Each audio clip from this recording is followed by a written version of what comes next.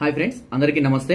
ఈరోజు మనం చాలా మంది కూడా నోటి దుర్వాసనతో బాధపడుతూ ఉంటారు. పక్కన ఎవరితో మాట్లాడుతుంటే నోట్లో నుంచి చాలా దుర్గంధమైనటువంటి వాసన వస్తూ ఉంటుంది. పక్కన వాళ్ళకు కూడా చాలా ఇబ్బందికరంగా ఉంటుంది మాట్లాడుతూ ఉంటే. లేదంటే సిగరెట్ తాగే వాళ్ళలో కూడా ఈ వాసన అధికంగా వస్తూ ఉంటుంది.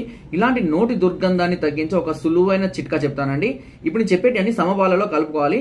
ఒకటి పసుపు, మిరియాలు, అదేవిధంగా సైంధవ లవణము, తెల్ల ఆవాలు. గుర్తుపెట్టుకోండి, పసుపు, మిరియాలు, సైంధవ లవణం, తెల్ల ఆవాలు సమపాలలో తీసుకొని వచ్చి దంచి మిక్స్ చేసి అన్ని కలుపుకొని రోజు 10 గ్రాముల చొప్పున తేనెతో కనుక తీసుకుంటూ ఉన్నట్లయితే ఈ నోటి దుర్గంధం అనేది క్రమక్రమంగా తగ్గిపోతుంది. దుర్వాసన రావడం అనేది పూర్తిగా తగ్గిపోవడం అనేది జరుగుతుంది. దీన్ని 30 నుంచి 45 రోజులు మాత్రం తీసుకోవాలి.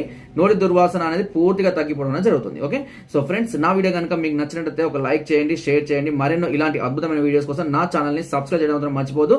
మీకు ఎలాంటి సమస్యలు ఉన్నా కామెంట్ ద్వారా కానివ్వండి, వాట్సాప్ ద్వారా కానివ్వండి నాకు తెలియజేయండి. తప్పకుండా మరి పరిష్కరిస్తాను.